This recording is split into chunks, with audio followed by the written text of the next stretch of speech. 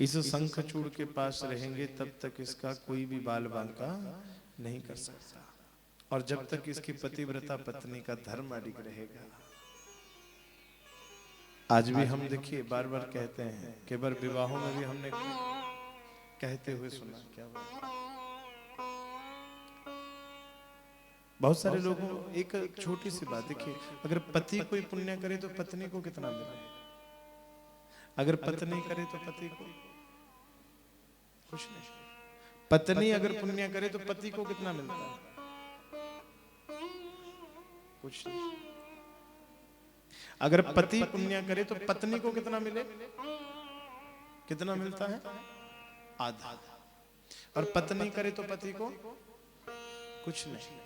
तो फिर काहे को करवा चौथ करते हो, क्यों करवा चौथ करते हो?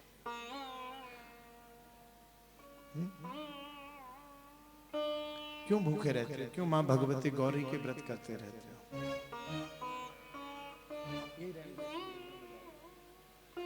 क्यों व्रत करते रहते हो? देखिए, किसी भी कार्य में शास्त्र प्रमाण होता है। मेरा तो एक ही नियम है भैया, किसी के वचन प्रमाण नहीं है, शास्त्र सबसे बड़ा प्रमाण है। और ये बात विवाहों में कही जाती है, जब शर्तें सुनाते हैं ना, तभी बोलते हैं ना इस बात को पंडित जी। अब देखिए वो श्लोक आप सुनिएगा, आपको खुद समझ आएगा। वो श्लोक ये है, अर्ध पुण्यम गृहीष्यामि।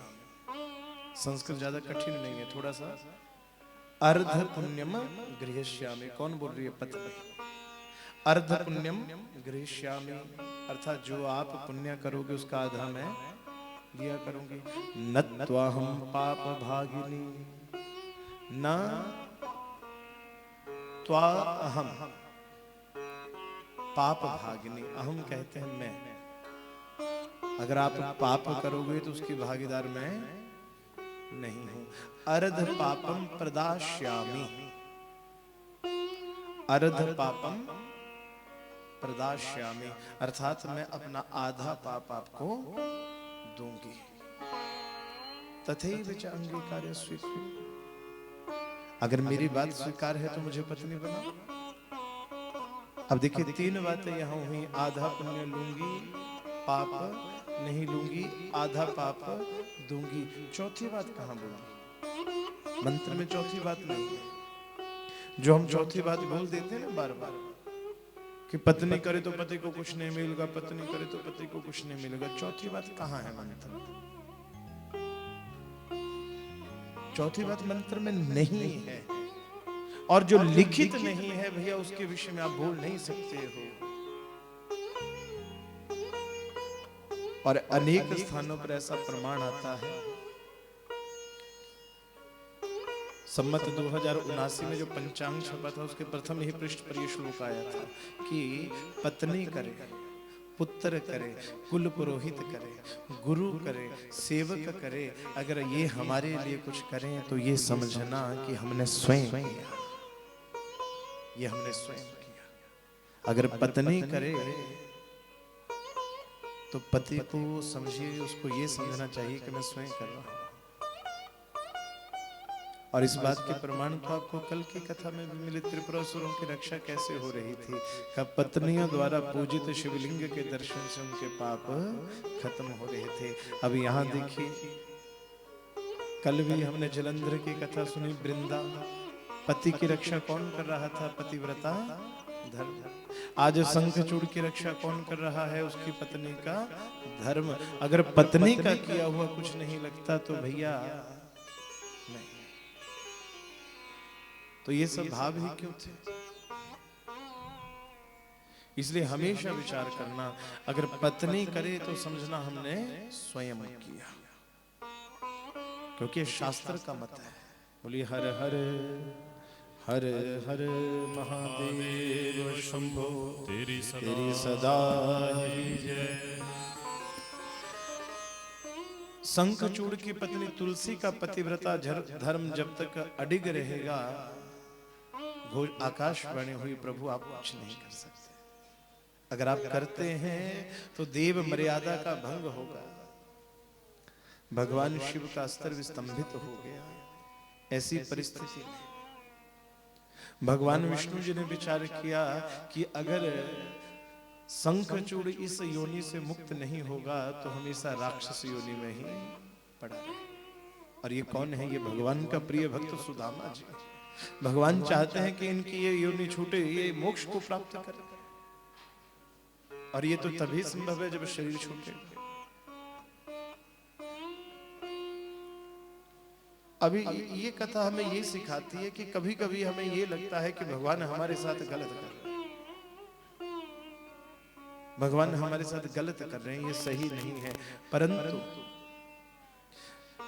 ये हमें गलत इसलिए लग रहा है क्योंकि हम उस रहस्य को जानते हैं कि ये सब क्यों हो रहा है, कैसे हो रहा है।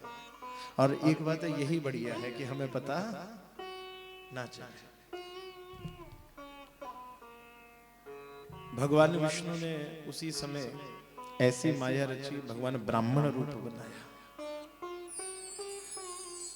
क्योंकि जानते हैं कि शंखचूड़ से इन कवच कुंडलों को कोई छीन नहीं सकता।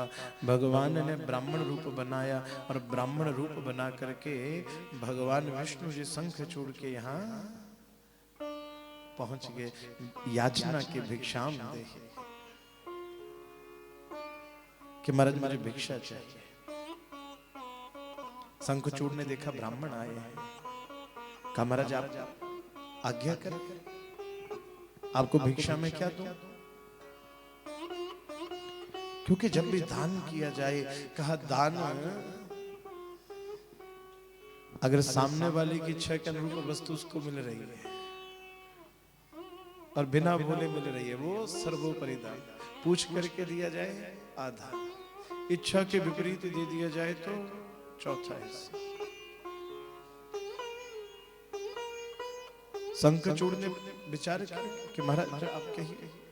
ब्राह्मण रूप में भगवान विष्णु जी ने भी शंखचूड़ से उसके कवच और कुंडल मांग लिए।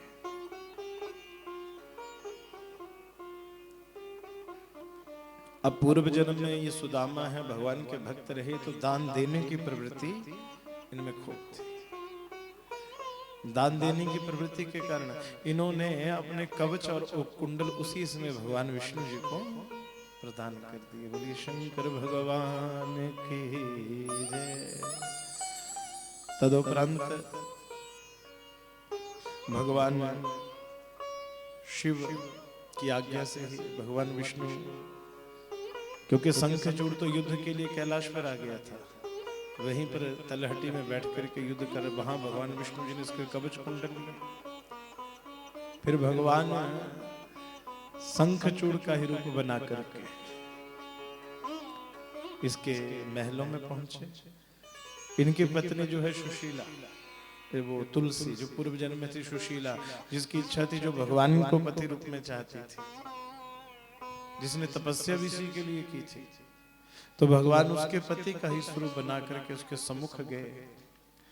तुलसी भगवान के स्वरूप को पहचान नहीं पाई, पति रूप जान करके भगवान उसके संग रहे।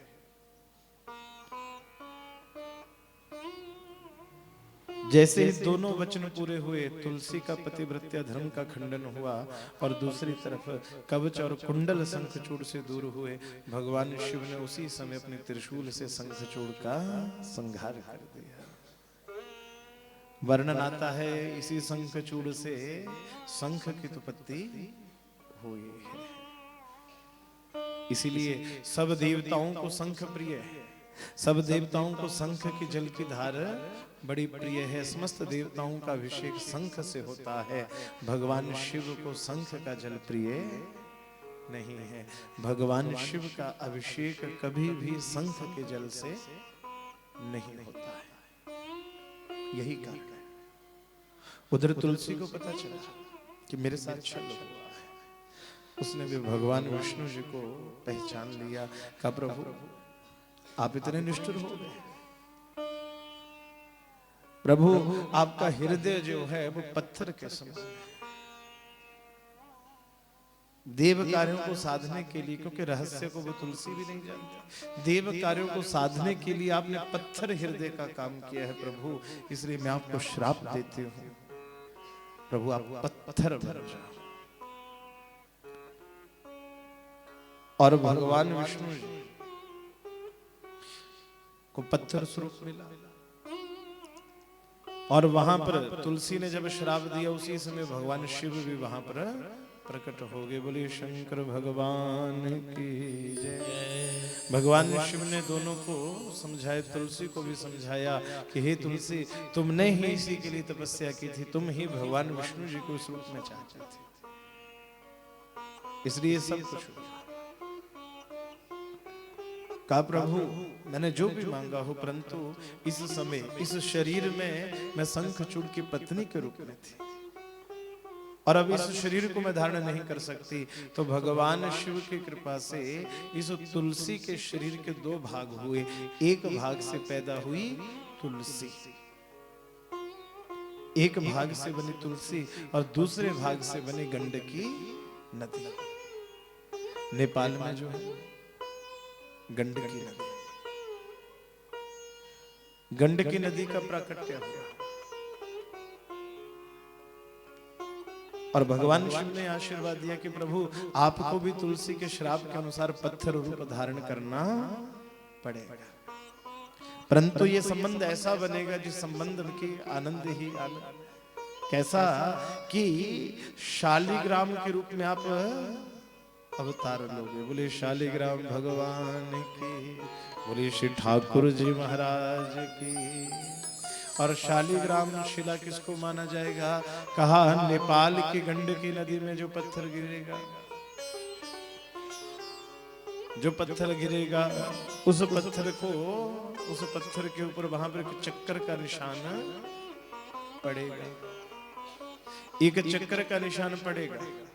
और जिस पत्थर के ऊपर चक्कर का निशान पड़ जाएगा वही शिला शालिग्राम के रूप में पूजी जाएगी। बोली शंकर भगवान की, बोली शालिग्राम भगवान की, बोली सत्यनारायण भगवान की जय। और शालिग्राम भगवान की पूजा तुलसी के साथ की जाए।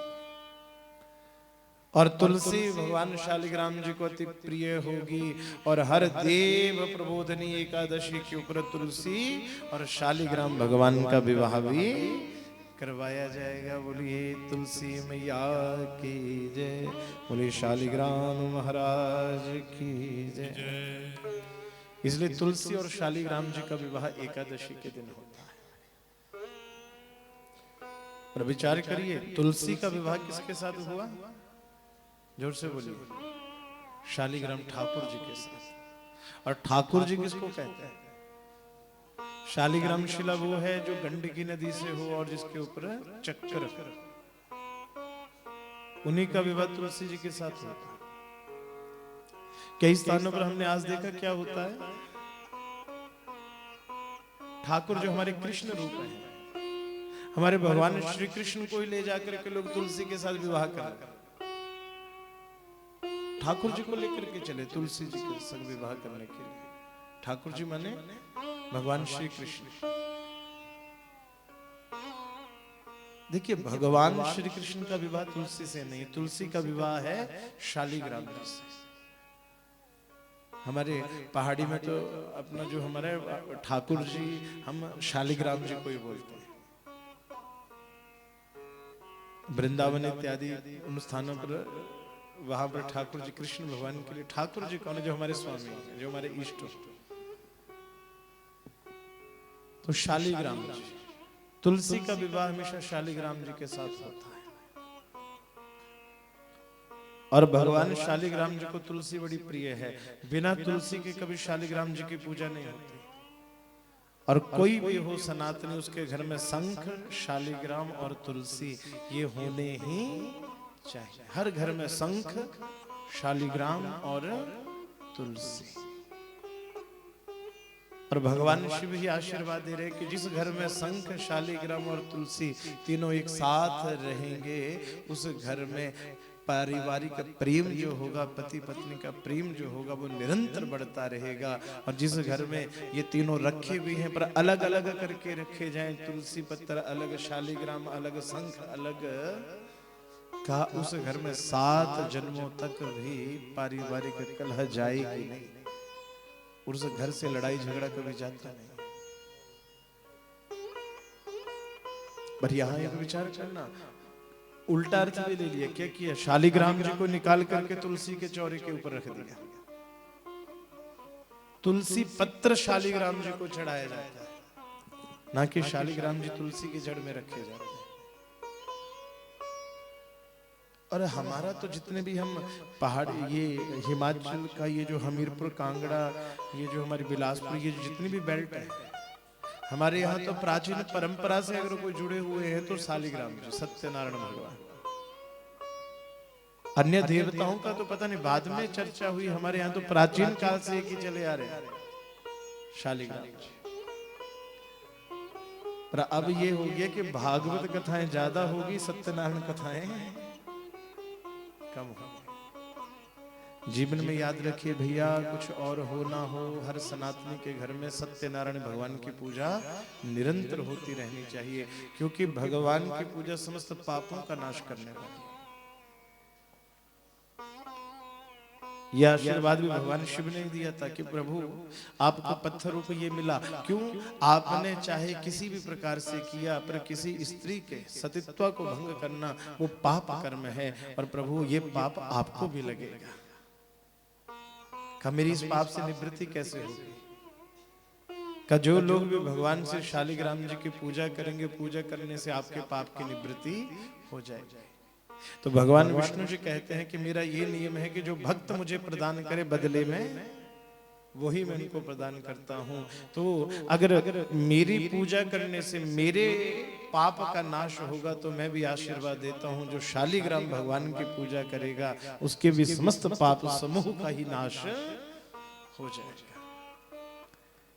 इसलिए हमारे यहाँ विधान है कि भैया भागवत कथा करवाओ तो उसके बाद भी शालिग्राम पूजा अवश्य करवाना। आपने कोई भी बड़ा आयोजन किया, विवाह किया, जगपटी जो भी करिए, बाद में क्या करवाते हैं?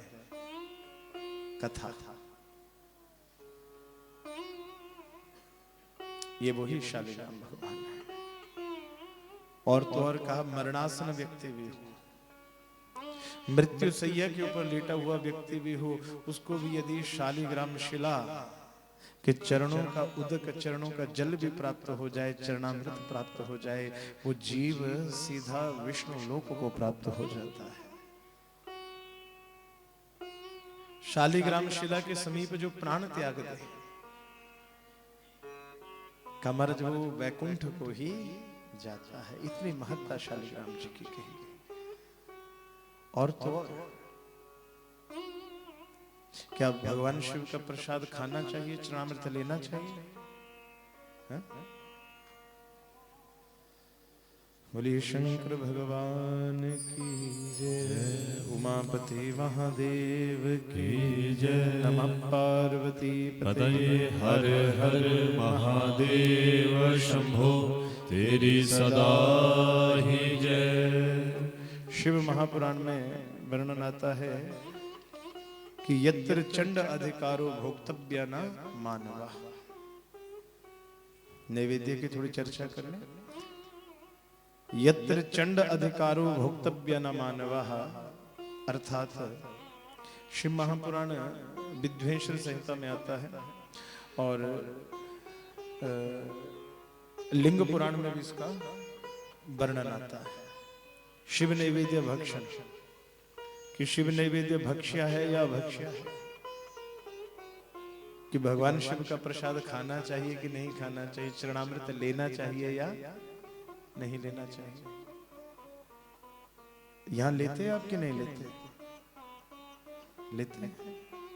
हाँ, देखिए, यत्र चंड अधिकारो भोक्तव्य न मानव, यत्र ना चंड अधिकारो भोक्तव्य हरतोष। जिस शिवलिंग के ऊपर चंड का अधिकार होता है, उस शिवलिंग का प्रसाद ग्रहण नहीं करना चाहिए, उस शिवलिंग का चरणामृत भी ग्रहण नहीं करना चाहिए। और जिस शिवलिंग के ऊपर चंड का अधिकार ना हो, उस शिवलिंग का प्रसाद चरणामृत लेकर के व्यक्ति अमृत को पान करने के समान। अब प्रश्न ये पैदा होता है कि कौन से शिवलिंग के ऊपर चंड का अधिकार है और कौन से शिवलिंग के ऊपर चंड का अधिकार नहीं। हमारे जितने भी शिवलिंग है, जितने भी शिवलिंग है किसी भी प्रकार के, उनमें मात्र एक शिवलिंग ऐसे हैं जिनके ऊपर चंड का अधिकार है, और वो है पार्थिव शिवलिंग। जो मिट्टी के शिवलिंग अपने हाथों से बनाते हैं उनको बोलते हैं पार्थिव शिवलिंग। पार्थिव शिवलिंग के ऊपर चंड का अधिकार होता है, और इसीलिए पार्थिव शिवलिंग के ऊपर चढ़े हुए प्रसाद इत्यादि का जो भाग है उसके ऊपर केवल जो शिवगण होते हैं उन्हीं का अधिकार होता है। अन्य जितने भी शिवलिंग हैं, चाहे वो मंदिर में है, चाहे वो आपके घर में है, पत्थर के हैं, जो धातु के हैं, चाहे नर्मदेश्वर हैं, चाहे बाणलिंग है, किसी प्रकार के शिवलिंग हैं, उन सब का प्रसाद जो होता है वो ग्राह्य होता है, और उनका चरणामृत भी ग्राह्य होता है, वो जरूर ग्रहण करना चाहिए। ये जो शास्त्रोक्त विधि है, ये मैं इसीलिए आपको ग्रंथ का नाम भी दे देता हूँ, अध्याय का नाम भी दे देता हूँ, संहिता का नाम भी दे देता हूँ, क्योंकि हमारा कथा जो होती है ना वो YouTube वगैरह पे भी चली रहती है। तो जब हम कोई भी ऐसी बात कहते हैं तो कई लोग ऐसे होते हैं, प्रश्न लिख देते हैं नीचे, पंडित जी कहां से बोल दिया, कहां से बोला। तो हमारा प्रयत्न रहता है कि भैया जो भी हम शब्द कथा में कहें उस शब्द का हमारे पास प्रमाण हो, और शिव पुराण से बड़ा शिव पूजा के लिए कोई प्रमाण हो ही नहीं सकता। जैसे पीछे हमने कथा में एक बार कह दिया कि भगवान शिव को तुलसी बड़ी प्रिय होती है, और शिव की पूजा तुलसी से करनी चाहिए। तो बहुत सारे लोगों ने उसमें कमेंट कर दिया कि पंडित जी शिव को तुलसी नहीं चढ़ती। का क्यों नहीं चढ़ती? तो वो गूगल पे आते हैं ना कथाएं, उनके वो भेजने लगे। अरे शिव महापुराण में जब स्पष्ट लिखा है कि भगवान को तुलसी इतनी प्रिय है कि जो तुलसी के साथ शिव पूजा करता है वो मोक्ष का अधिकारी होता है। रुद्र संहिता में अध्याय संख्या 14 और श्लोक संख्या शायद 25।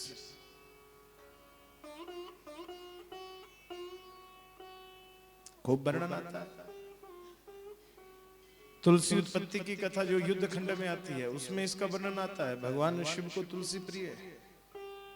उसी प्रकार से शिव का नैवेद्य भी जो है वो हमेशा ग्रहण करना चाहिए। सिर्फ पार्थिव शिवलिंग का नैवेद्य ग्रहण नहीं किया जाता। पर शालिग्राम जी की इतनी महत्ता है कि जब पार्थिव शिवलिंग पूजा करते समय अगर शालिग्राम शिला का स्पर्श हो जाए तो वो प्रसाद भी ग्राह्य हो जाता है। इतनी महत्ता कही गई है भगवान शालिग्राम जी की। और इसकी महत्ता तो आप यहीं से समझिए। श्री राम जी के मंदिर का निर्माण हुआ, श्री राम जी की जो प्रतिमा देखी आपने, किस किस ने देखी? जो श्री राम जी की नई प्रतिमा बनी, देखिए जरा, हाथ खड़े करके बताइए कि भैया देखिए हमने, कितनी सुंदर है ना। ये प्रतिमा जो है ये शालिग्राम शिला से ही निर्मित की गई है। ये शालिग्राम जी की शिला से ही निर्मित की गई। और आपने देखा होगा प्राण प्रतिष्ठा से पहले की और प्राण प्रतिष्ठा के बाद की तस्वीरें देखिए। प्राण प्रतिष्ठा से पहले जो मूर्ति थी उसकी आंखों में, और प्राण प्रतिष्ठा के बाद जो राम जी की मूर्ति की चित्र आया उनकी आंखों में कितना। तो वो मूर्ति हमारे संतों के कहने के ऊपर शालिग्राम जी की ही बनाई गई। क्यों? शालिग्राम साक्षात वो विष्णु के ही रूप हैं, वो भगवान विष्णु जी के ही अंश हैं। बोलिए शंकर भगवान की, उमापति महादेव की, बोलिए श्री ठाकुर जी महाराज की जय। इसलिए शिव महापुराण में शंखचूड़ की और तुलसी जी की कथा में शालिग्राम और तुलसी की महिमा को खूब भाव से गाया गया। और कहा जिस घर में तुलसी हो, शालिग्राम जी हो, वहां पर यम के दूत नहीं आते, वहां पर भगवान विष्णु जी के ही दूत आते हैं। और सत्यनारायण जी की महिमा तो हम क्या कहें, हमारे प्राचीन समय से भगवान श्री सत्यनारायण जी की कथा ही तो होती आ रही है। भगवान श्री सत्यनारायण जी की महिमा शिव महापुराण में गाई गई। इसके बाद भगवान शिव के द्वारा जो अन्य राक्षसों का वध हुआ, उनकी कथाई अंधक नाम के एक राक्षस थे, उनकी उत्पत्ति हुई। ये भगवान शिव के पुत्र रूप ही थे। उत्पत्ति कैसे हुई? एक बार पार्वती ने भगवान शिव की आंखें बंद कर दी विनोद में। तो जब भगवान शिव की आंखों के आगे अंधेरा ही व्याप्त हो गया, तो भगवान शिव के आंखों से एक बूंद निकली और उसी बूंद से एक अंधक पुत्र का प्राकट्य हुआ। उसी समय जो हिरण्याक्ष था वो पुत्र प्राप्ति के लिए तपस्या कर रहा था, तो भगवान शिव ने यही पुत्र उनको प्रदान कर दिया।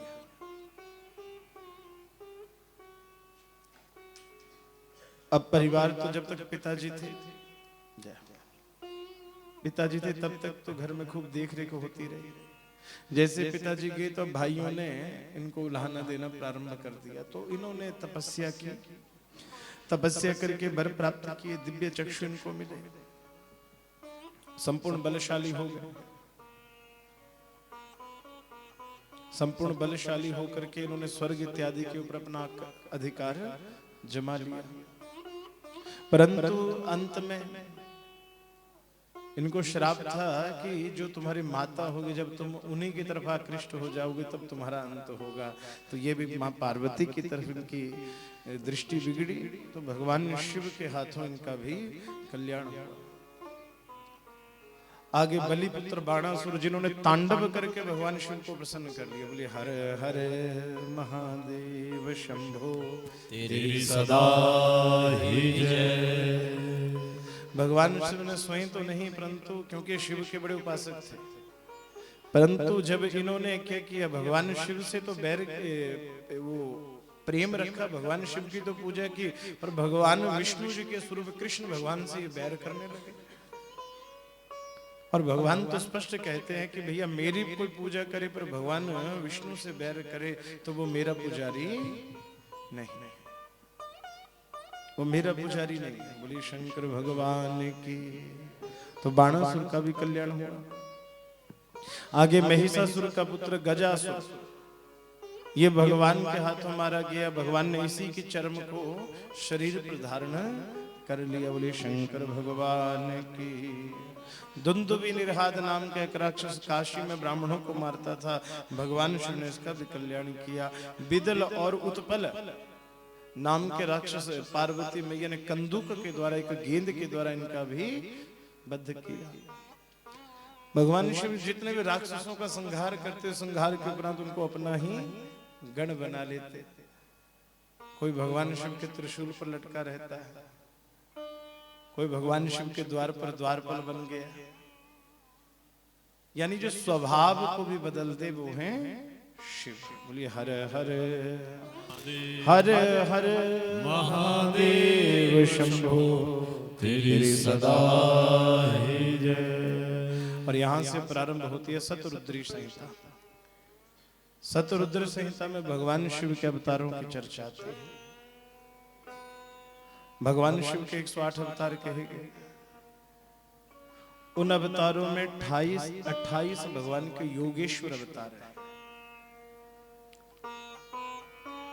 और सर्वप्रथम जो भगवान के अवतार हैं वो पंच अवतार सबसे प्रसिद्ध अवतार हैं। और इनको कहते हैं सद्योजात, वामदेव, तत्पुरुष, अघोर एवं ईशान। ये भगवान के पंच अवतार भी हैं और भगवान के पंच मुख भी हैं। अनेक कल्पों में भगवान अलग अलग अवतारों से आए।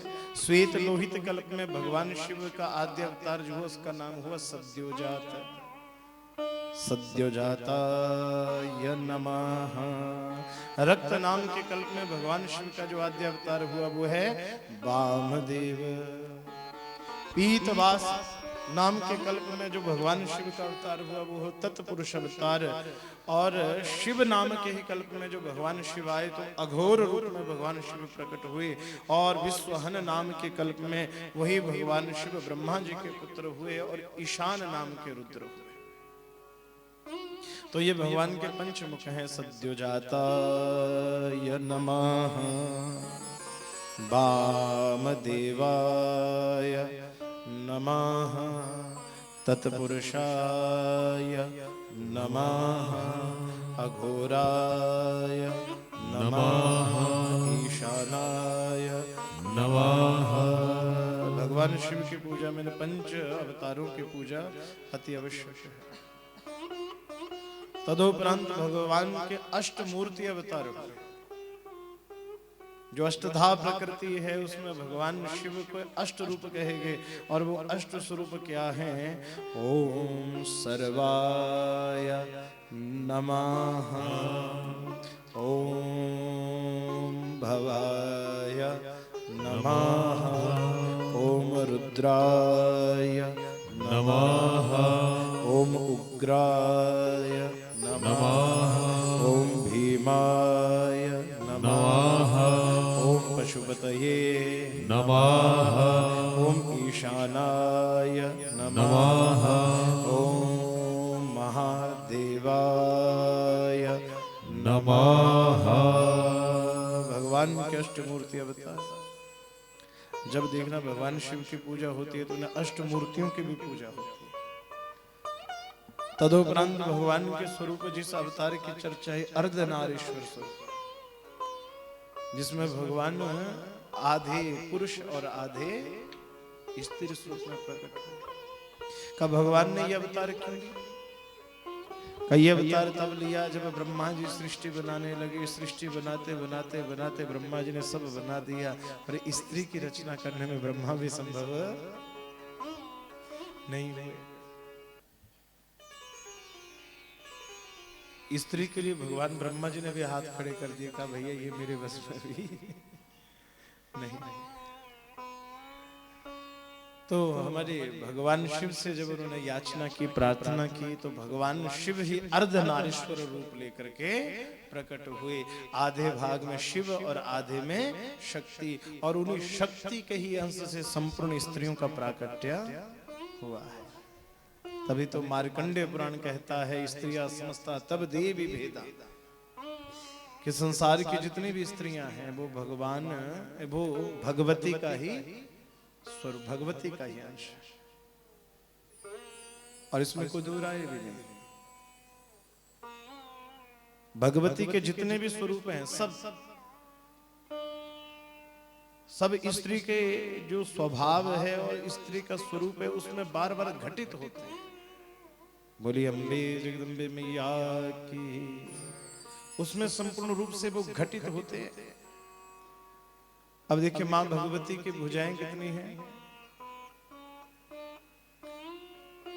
मां भगवती को कितनी भुजाएं कही गई?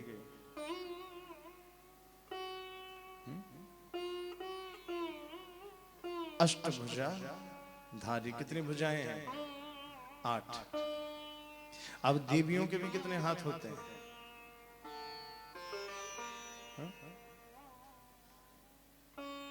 कहने को तो 2 ही होते हैं, पर गिनिएगा। प्रातः काल उठते ही एक हाथ बच्चों को उठाएगा, एक हाथ बच्चों को उठाएगा, एक हाथ खुद को संभालेगा, एक हाथ जाकर के रसोई में। देख कितनी व्यवस्था, कितनी दौड़ लगी रहती है। एक हाथ से जो सास ससुर हैं भैया उनके लिए व्यवस्था हो रही है। एक हाथ से वो भोजन इत्यादि की व्यवस्था चली, फिर दौड़ी दौड़ी आती है। फिर कोई बच्चों को नहलाया जा रहा है, उधर पति देव भी, मेरे कपड़े, मेरे कपड़े का। और हम जैसे हो, हम तो किताबें भी उनसे मांगते हैं कि वो वाली किताब कहाँ है। एक साथ कितने कामों को स्त्री कर लेती है, पुरुष ने। हम तो घर से बाहर आ जाते हैं, घर में जाकर कितना रोब दिखाते हैं कि पता नहीं क्या करे क्या आयो थी। पुरुष 2 काम 3 काम इकट्ठे नहीं कर पाएगा। पुरुष का जो हमारी जो मानसिक भाव है वो ऐसा है कि भैया एक काम में लगे हैं तो पहले यही होगा पूर्ण। और स्त्रियों का स्वभाव क्या होता है? तो कुकरा पर दाल भी रखो दी तो मशीन ना चाहे, कपड़े भी पाओ दे, तो क्या रिया जो निंदने भी लगू दे सीटी बजे दे तो जो जा दीजिए लार्म बज जाता था। अब पुरुष को देखना, पुरुष इतने काम नहीं कर पाएगा इकट्ठे। अगर भैया हम तो कथा करने आए हैं ना तो कथा ही करेंगे। कोई ये भी बोले कि उठ करके वहां पूजा करने, नहीं भैया हम तो कथा करने आए। पर एक बात है कि इतना अष्टभुजाधारी और इतना काम करने के बाद भी जब हम घर जाएंगे तो अपनी थकावट नहीं देखेगी, थकावट किसकी देखेगी कि आप बाहर से आए। कितनी व्यवस्थाएं जो स्त्री संभालती है, घर में कोई मेहमान आ रहा है हम तो बैठे रहे बढ़िया, लाओ देवी जी जरा चाय लेकर के आना। कितनी व्यवस्था है। और फिर भी कहें कि जी ये आपकी देव पत्नी करती क्या है, क्या करती है? कुछ नहीं जी, क्या करती हैं? कुछ नहीं। हम कहते हैं कि पंडित जी अगर वो हमने कार्य किया, अगर कार्य किया उन्होंने वो दक्षिणा नहीं देते पर कम से कम इतना ही बोल देते कि पंडित जी धन्यवाद। स्त्री को देखिए इतना काम करने के बाद भी धन्यवाद मिलता कभी? मिलता कभी धन्यवाद कि नहीं? ऊपर से ये सुनना पड़े कि पूरा दिन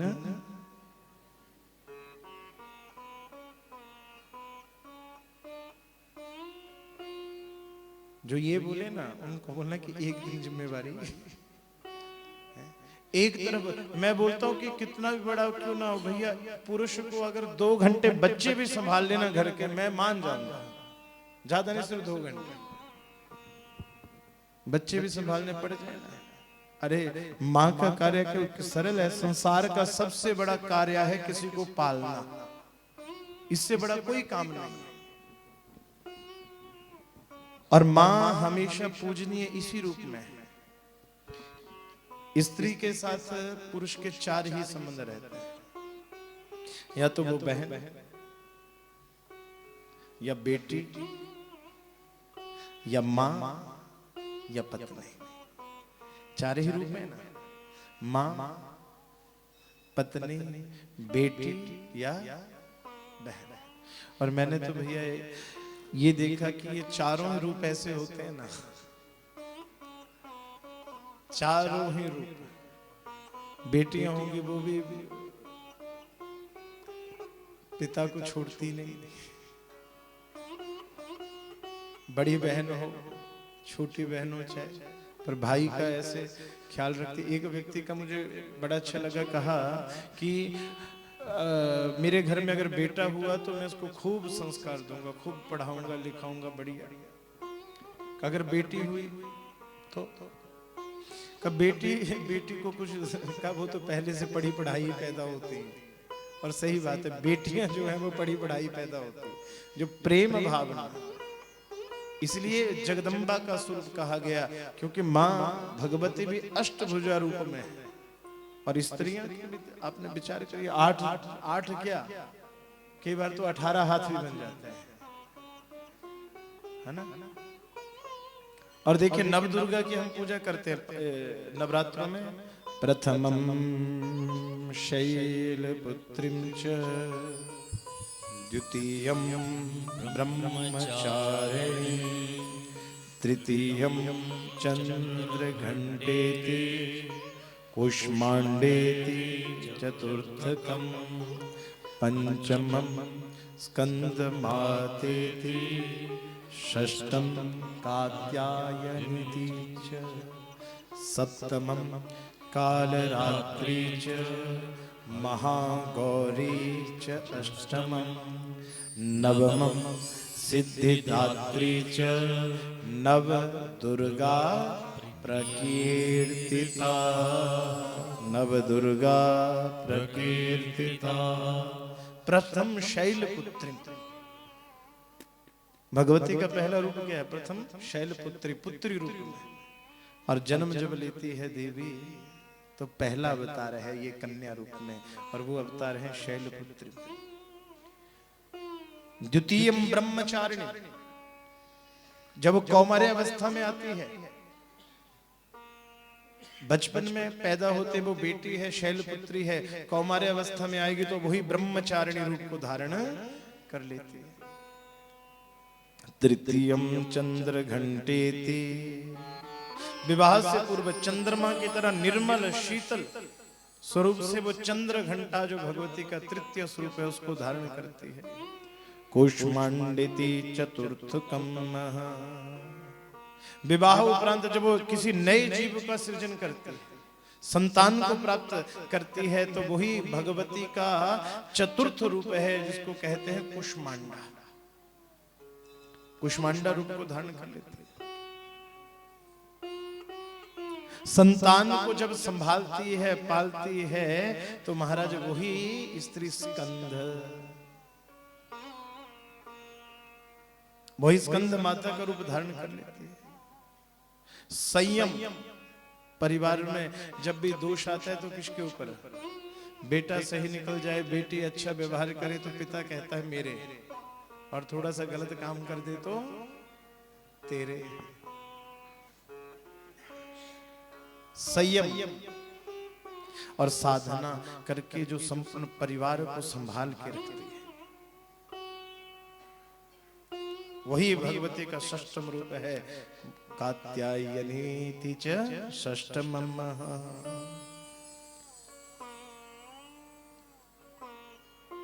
परिवार के ऊपर कितना भी कष्ट क्यों ना जाए, हमने देखा भैया जहां पुरुष भी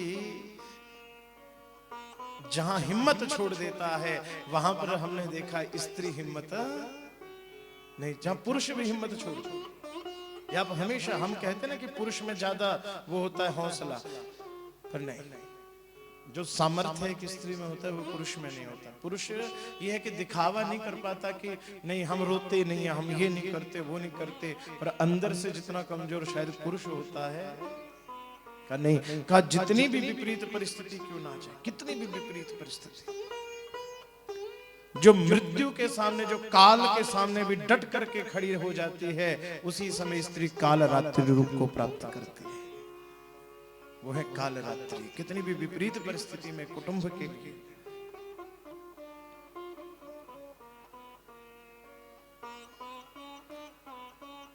और संपूर्ण परिवार का पालन पोषण करके जो अपने संपूर्ण संसार का उपकार करते हैं, भगवती महागौरी जो है उनको क्या बोलते हैं? संसार का उपकार करने वाली। अब स्त्री के लिए संसार क्या होता है? उसका परिवार, उसका परिवार। परिवार के उपकार के लिए वो कुछ भी करेगा, और जब परिवार के लिए ही उसके जीवन का हर कार्य चलता रहता है, तो वो महागौरी स्वरूप को प्राप्त हो जाती है। और जब संसार को भी छोड़ करके जाने लगती है, उस समय भी उसको ये चिंता नहीं होती कि मुझे स्वर्ग मिले, मुझे मोक्ष मिल जाए, मुझे ये मिल जाए, मुझे ये मिल जाए। अंत समय तक उसकी यही रहती है। हमने कई माताओं को जाते हुए देखा, जाते जाते भी पुत्रों को कहते बच्चा दान रहेगा, बच्चा लोग का जो आसान दे देखो। जाते जाते भी हमने देखा कि माँ यही उपदेश और यही आशीर्वाद करती हुई जाती है कि बस तुम सुख से रहे। उनको ये चिंता नहीं है कि हम कैसे रहेंगे। अंत समय तक जिनको यही चिंता, जो आशीर्वाद देती हुई जाए कि बस सुखी रहना बेटा, बस अंत समय तक जो आशीर्वाद और तुम्हारी ही सिद्धि के लिए प्रार्थना करें, वो भगवती का और नवम रूप है, और वही स्त्री का नवम रूप है सिद्धि दात्री। इसलिए देवी भागवत में भी कहा, मार्कंडेय पुराण कहता है, शिव महापुराण कहता है, स्त्रिया समस्ता तब देवी भेदा।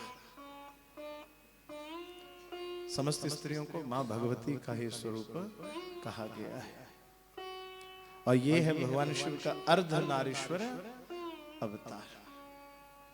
भगवान शिव ने अर्धनारीश्वर अवतार लिया। तदुपरांत भगवान शिव के ही अंश से उत्पन्न हुए उन्हीं के गण नंदीश्वर के अवतार की कथा आती है। बोले नंदीश्वर भगवान की जय, उमापति महादेव की जय। तो ये नंदी की कथा को प्रारंभ करने से पहले थोड़ा भजन कर लेना। आइए, कथा में कोई भजन ही नहीं हुआ अब तक, आगे आगे आगे भी हो जाइए। थोड़ा पीछे बैठने वालों को जो आए वो व्यवस्था होती रहे, तो थोड़ा थोड़ा आगे आ जाइए सभी।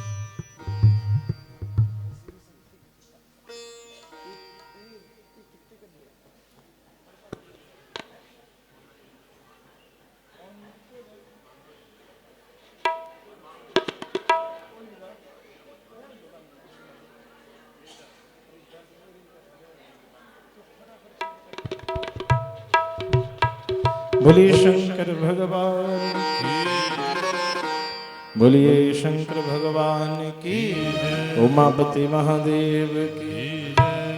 ओ भोले बोलो तो सही, नैना बोलो तो सही, तेरे चरणों में गौरा कब से खड़ी।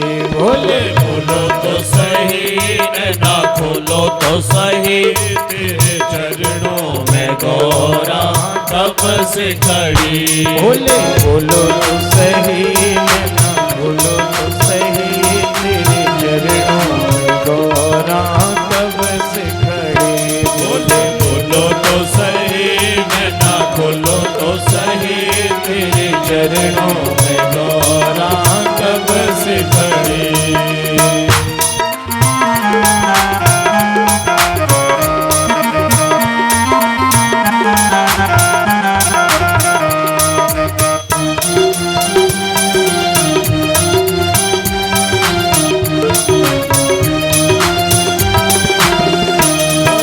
बोले तुम ना बोलोगे तो चंदा बन जाऊंगी।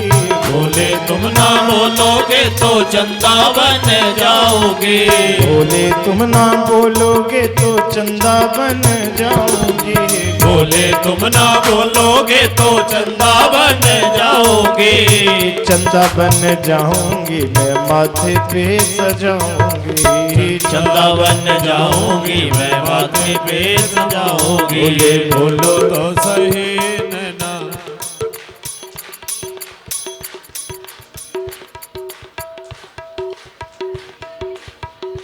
आप थोड़ा अलग से गाते हो ना।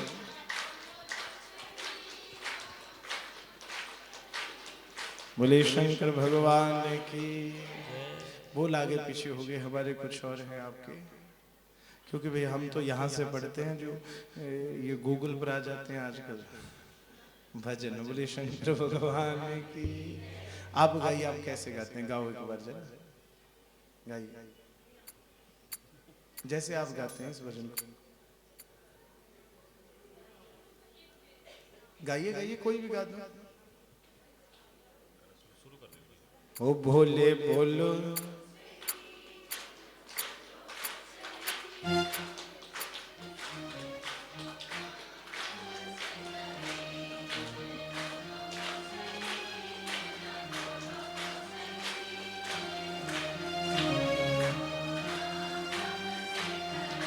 एक जैसे तो गा रहे हैं ना, एक किया उन्हें डरदा कि बोले तुम ना बोलोगे तो गंगा बन जाऊंगी। बोले तुम ना बोलोगे तो गंगा बन जाओगे। अरे बोले तुम ना बोलोगे तो गंगा बन जाऊंगी।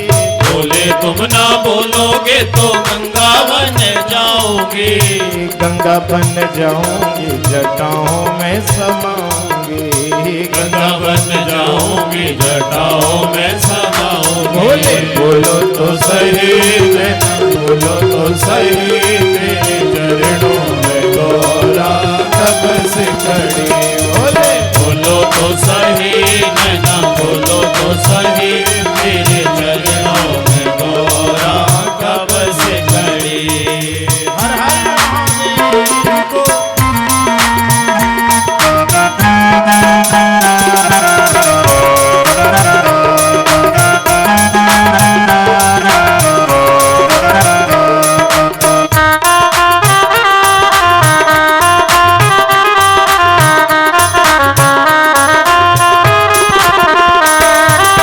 बोले तुम ना बोलोगे तो नाग बन जाऊंगी। बोले तुम ना बोलोगे तो, अरे बोले तुम ना बोलोगे तो नाग बन जाऊंगी। बोले तुम ना बोलोगे तो नाग बन जाऊंगी, मैं गले से लग जाऊंगी। नाग बन जाऊंगी, बोले बोलो तो सही, ना बोलो तो सही, तेरे चरणों में गौरा कब से खड़ी। बोलो तो सही, ना बोलो तो सही, तेरे चरणों में गौरा कब से खड़ी।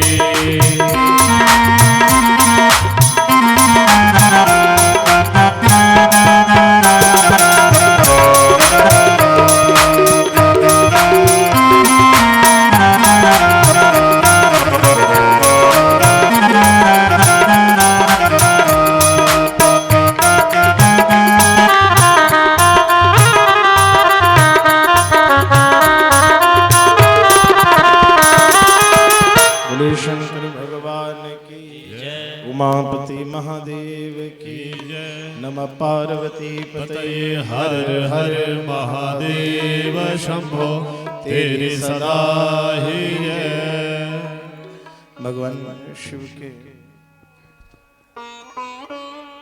गण जिनको शिव का ही अंश माना गया, बोली नंदीश्वर भगवान की जय।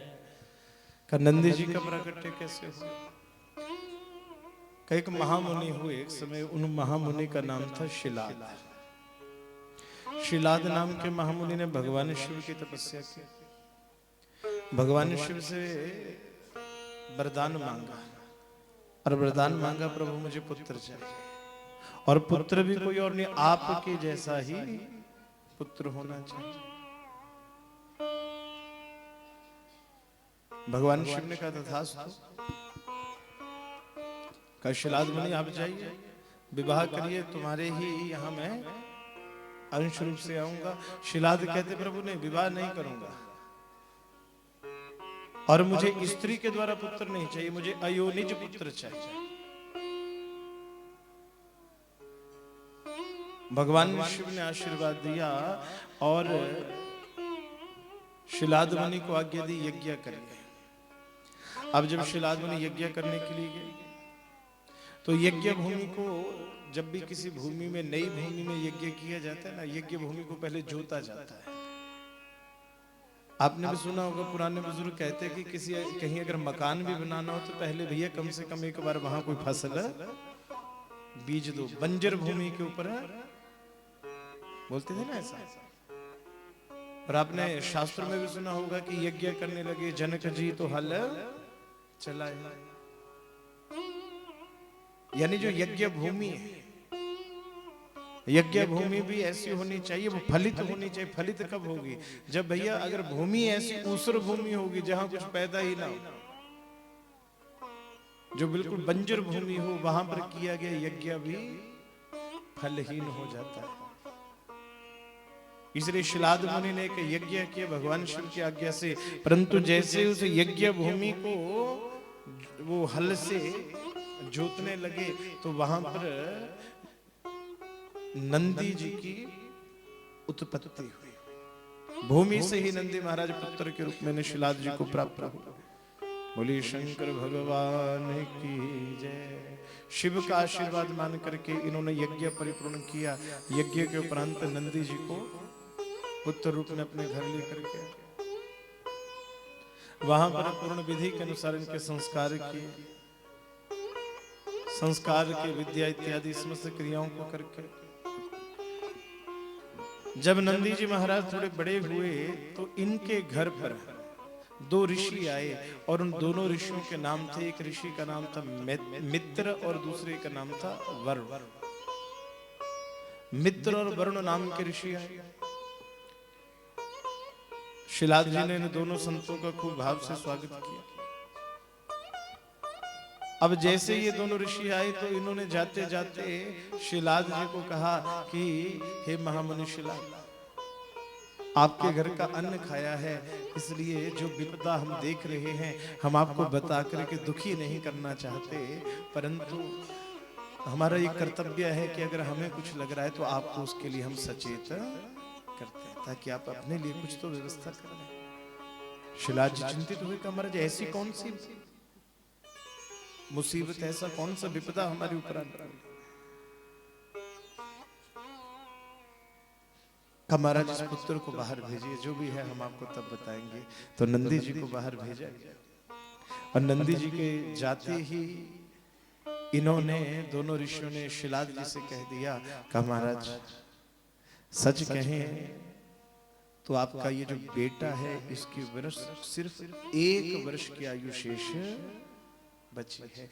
1 वर्ष के बाद आपका बेटा नहीं रहेगा, ये मृत्यु का ग्रास हो जाएगा। इतना कह करके वो ऋषिगण तो चले गए, परंतु शिलाद जी खूब रोने लगे। और जैसे पुत्र आया तो इन्होंने नंदी जी को गले लगाया और खूब जोर जोर से रोने लगे।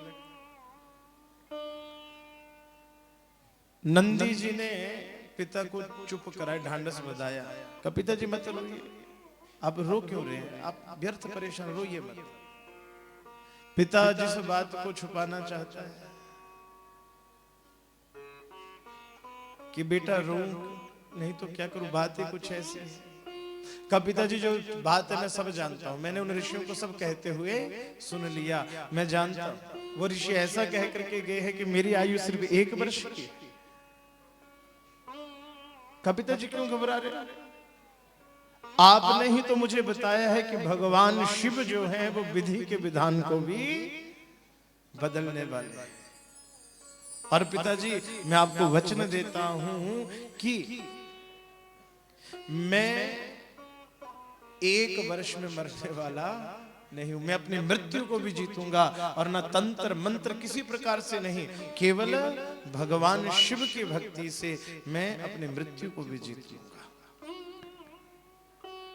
पिता आज्ञा से इन्होंने उसी समय घर छोड़ा और एक शिवलिंग बनाया और वहीं पर भगवान शिव की तपस्या करना प्रारंभ कर दी। नमः पार्वती पतये हर हर महादेव, हर हर महादेव, हर हर महादेव शंभो, तेरी सदा ही जय। ओम नमः शिवाय, ओम नमः शिवाय, ओम नमः शिवाय। पंचाक्षर मंत्र का जप इन्होंने प्रारंभ किया और पंचाक्षर मंत्र के प्रभाव से ओम नमः शिवाय, पंचाक्षर मंत्र के प्रभाव से भगवान शिव प्रसन्न हुए, भगवान शिव इनके सम्मुख प्रकट हुए और भगवान शिव ने इनको गले से लगा लिया।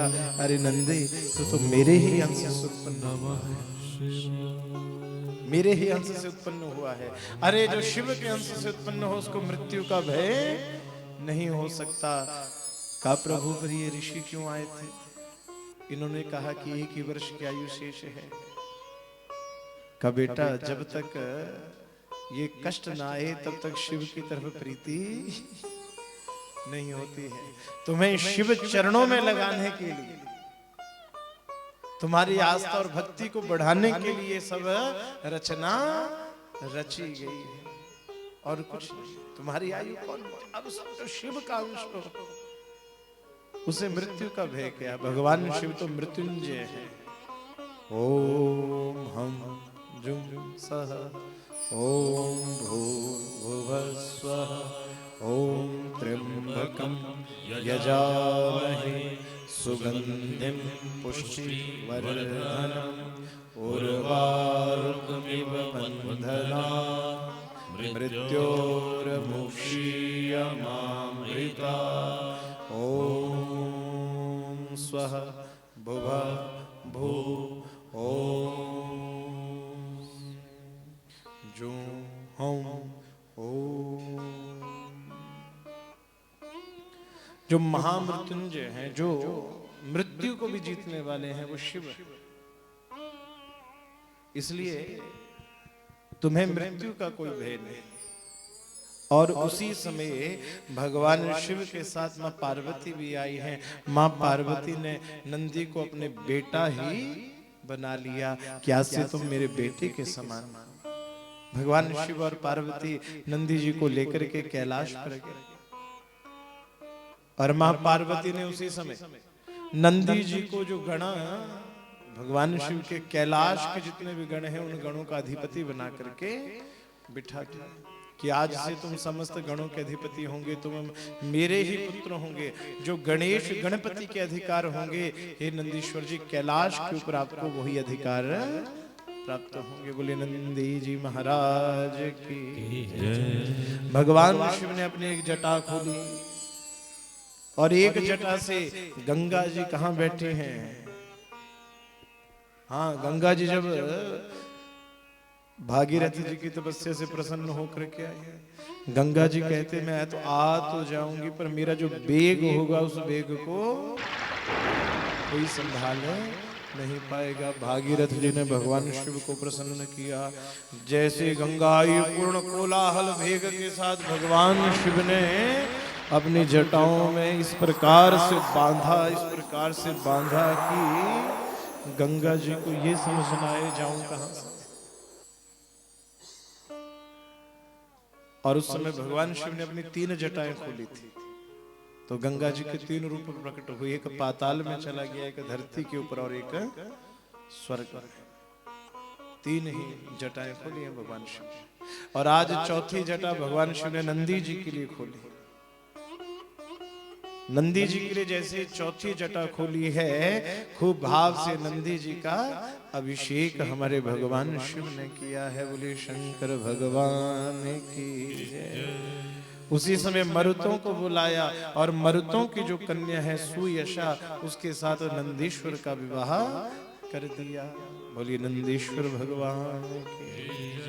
तदुपरांत भगवान के जो महारुद्र अवतार है, 11 रुद्र, उन अवतारों की कथा थी। ये रुद्र कश्यप और सुरभि के पुत्र बनकर के पैदा हुए। जिन 11 रुद्रों की पूजा की जाती है, ये कश्यप जी के पुत्र है। देव रक्षा के लिए इनका प्राकट्य हुआ है। इसलिए आज भी जो रक्षा का कार्य है वो इन्हीं रुद्र रूपों के ऊपर, वो यज्ञ में जो रुद्र हैं वो यज्ञ के रक्षक कहे गए। तो इनकी संख्या 11। कश्यप जी के यहाँ इनका प्राकट्य हुआ। भगवान के अगले अवतार की कथा आती है। भगवान के अगले अवतार हैं परम तेजस्वी, ब्राह्मणों में सर्व पूजनीय, जिन्होंने भगवान श्री कृष्ण और रुक्मणी को अपने रथ में जोत दिया था। जिन्होंने भगवान श्री कृष्ण और रुक्मणी को भी रथ में घोड़ों की जगह लगा दिया था।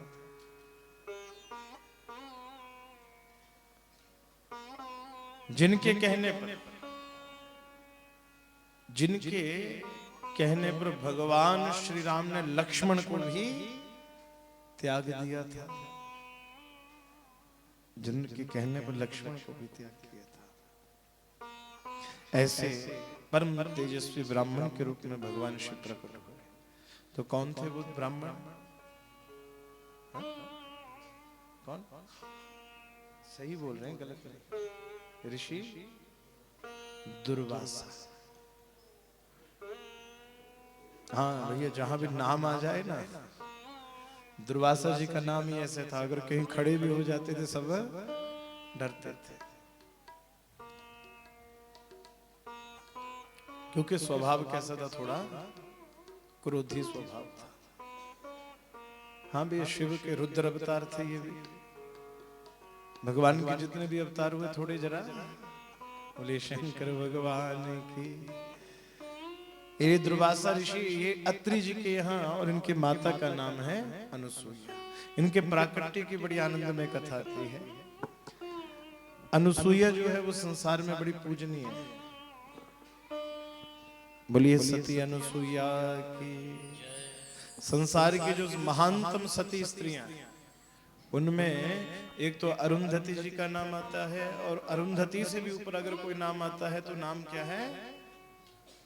जोर से बोलिए, अनुसुईया। एक बार देवलोक में सब देवियां आपस में चर्चा कर रही थी। जैसे बैठते हैं ना केवल माताएं आपस में इकट्ठी होकर के, कभी कीर्तन करने के बहाने, कभी किसी बहाने से।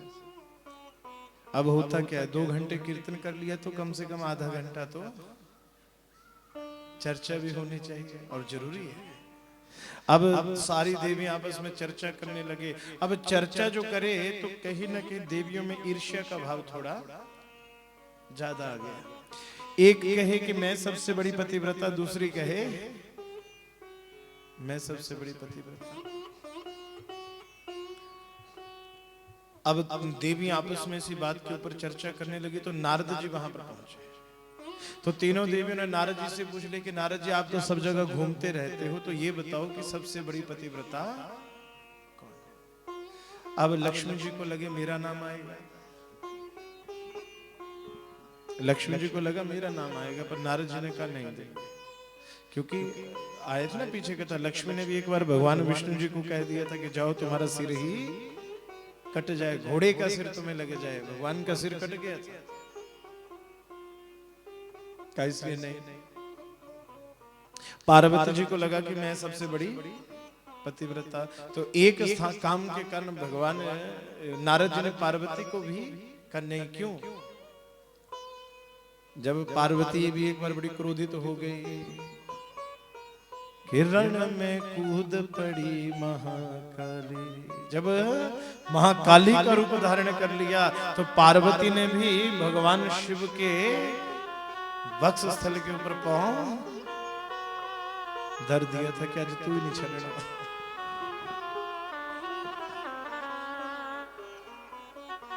अब पार्वती ने भी उनका रूप धारण कर लिया। और देवर्षि नारद जी कहते हैं कि जो स्त्री पति को तू करके भी एक बार बोल दे, अब तो बढ़िया है जी, अब तो है।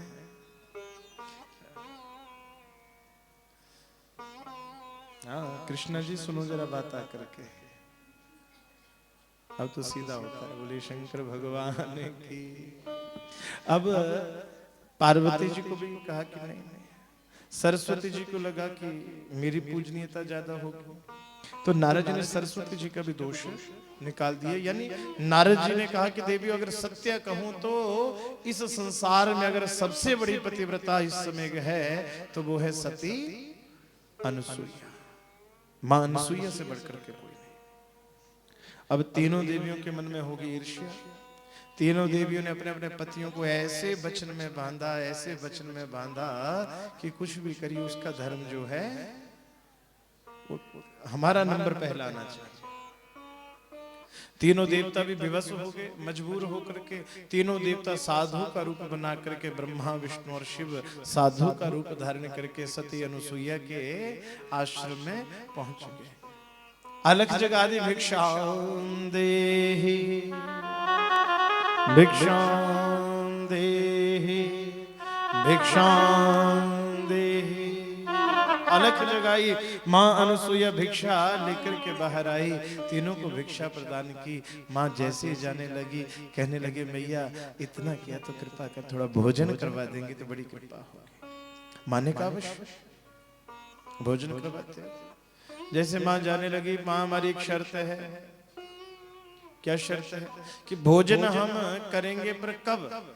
जब उस अवस्था में तुम हमें भोजन करवाओगी जिस अवस्था में आप अपनी माता के गर्भ से आई थी। यानी नग्न अवस्था में आप हमें भोजन करवाइए, उसी अवस्था में बनाइए तब हम भोजन करेंगे। मां अनुसुईया कहते अरे तुम्हें मेरे श्राप का भय नहीं है? तीनों ने कहा, सिर झुके हुए तीनों के, कहा मां हमने जो मांगना था देवी हमने मांग लिया, अब तुम्हारी इच्छा है, तुम चाहे भोजन करवाओ चाहे श्राप दो। सती मैया ने ध्यान किया कि अच्छा मां ने पहचाना ये है कौन, पहचान लिया। और उसी समय मां ने हाथ में जल लिया कि मैंने जीवन भर अगर सतीत्व का पालन किया हो, ये तीनों ही जन्म लेने वाले बच्चे बन जाए। जैसे जल तीनों के ऊपर पड़ा, तीनों छोटे छोटे बच्चे बन गए। माँ ने भी जैसी उनकी इच्छा थी। अब बच्चों का भोजन क्या होता है? माता का दूध। माँ ने भी बड़ी प्यार प्रेम से जिस अवस्था में उन्होंने कहा था उसी अवस्था में बारी बारी सबको दुग्ध पान करवाया। पर मैया ने कहा चलो थोड़ी लीला हम भी कर ले। अब मैया ने क्या किया कि पलना लगाया और उस पलने में इन तीनों को, आज भी अनुसुईया जी के अत्रि जी के आश्रम में जो तीर्थ यात्रा में जाते हैं वो बताते हैं कि अत्रि जी के आश्रम में आज भी वो पलना वो लगाया हुआ है, पलना ऐसे। तो सती अनुसुईया ने वो पलना लगा लिया, उस पलने में तीनों को लिटा दिया। अब जैसे पलना लगा तीनों देवता बच्चे बन करके रोने लगे कि सती अनुसुईया ने डाल लिया पालना,